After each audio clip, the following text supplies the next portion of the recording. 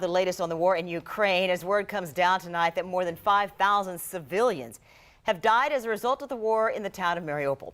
That's according to the city's mayor. As Ukraine continues to collect evidence of Russia's atrocities from over the weekend, there are more calls now to charge Russian President Vladimir Putin as a war criminal. Today, President Biden announced a new round of economic sanctions on Russia. It includes targeting President Putin's adult children. Now, this move comes in response to new accusations of war crimes committed by Putin. In 1 year, our sanctions are likely to wipe out the last 15 years of Russia's economic gains. And because we've cut Russia off from importing technologies, we're going to stifle Russia's ability and its economy to grow for years to come. And you know, we're all horrified watching the Russian massacres in Ukraine, and now we are hearing from our nation's highest-ranking military officer. He says the Russian invasion could be the greatest threat to world peace in decades. We are entering a world that is becoming more unstable, and the potential for significant international conflict between great powers is increasing. So let's check in tonight with our First Coast News National Security Advisor, Vice Admiral Rick Snyder, retired. You know, he's usually right here in the studio with us, but this week, Admiral Snyder is in Washington, D.C. at the Pentagon. He's meeting with senior officials to advise them on strategic readiness. Admiral Snyder is studying the mistakes the Russians have made on the ground in Ukraine.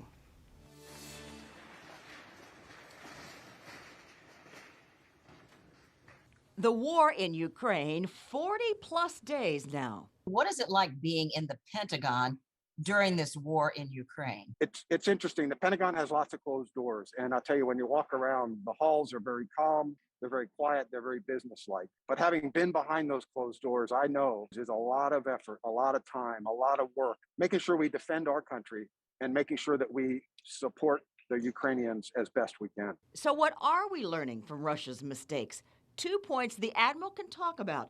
Number one, the Russians were not combat ready for a contested area. Soldiers without food, tanks without fuel, etc. Well, we want to talk about how we could operate if our communications, primary communications weren't working, or if our cyber communications or cyber connectivity was degraded. How do we still get that information moving to keep the forces flowing?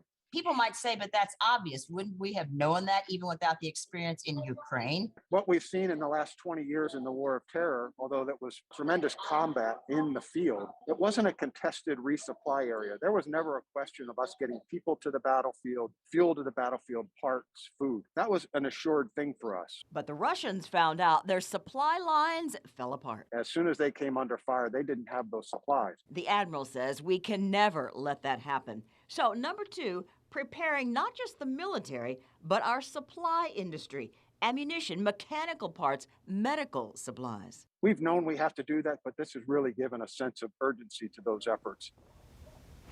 So the urgency, Putin is a wild card, to say the least. If he invades NATO countries, the Admiral says those are land countries. That means more ground fighting. And he says the U.S. must absolutely be ready for anything. Heather? Jeannie, thank you.